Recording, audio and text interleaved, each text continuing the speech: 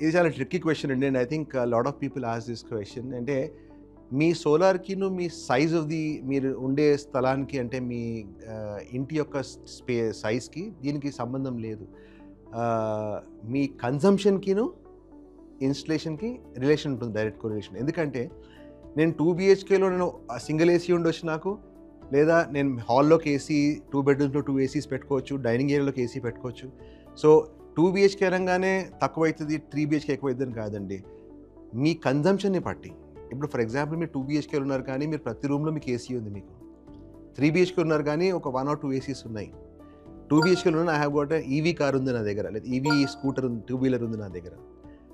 So నా యొక్క డిమాండ్‌ని బట్టి నా ఇన్‌స్టలేషన్ ఉంటుంది. అంతేగాని నా నా నాకు చాలా ఇళ్ళకి వెళ్తుంటాను. అక్కడ ఇల్లు చాలా పెద్దగా ఉంటుంది. వాళ్ళ పవర్ కన్జంప్షన్ ఓన్లీ 1500 యూనిట్స్ ఉంటుంది. కొన్ని చాలా స్మాల్ హౌసెస్. కానీ వాళ్ళ కన్జంప్షన్ చాలా ఎక్కువగా ఉంటుంది.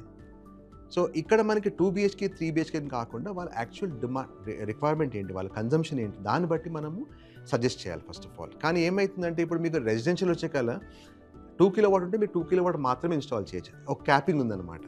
మీకు పవర్ బిల్‌లో there is something called a contracted load. ఆ కాంట్రాక్టెడ్ లోడ్ ఒకవేళ 2 కిలోవాట్ ఉందనుకోండి మీరు 2 కిలోవాట్ మాత్రమే మీరు ఇన్‌స్టాల్ చేయొచ్చు మీరు రూఫ్ టాప్.